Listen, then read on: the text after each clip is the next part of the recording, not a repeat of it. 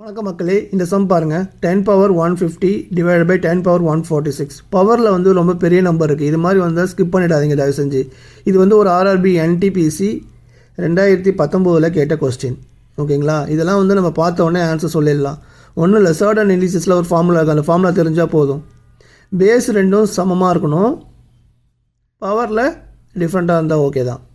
A power M divide by A power N, இது இந்த ஃபார்மேட்டில் இருக்குது. பேஸ் ரெண்டும் சமமாக இருக்குது பாருங்கள். ஸோ அப்போ ஏ பவர் எம் மைனஸ் என், இதை காமனாக எடுத்துக்கலாம்.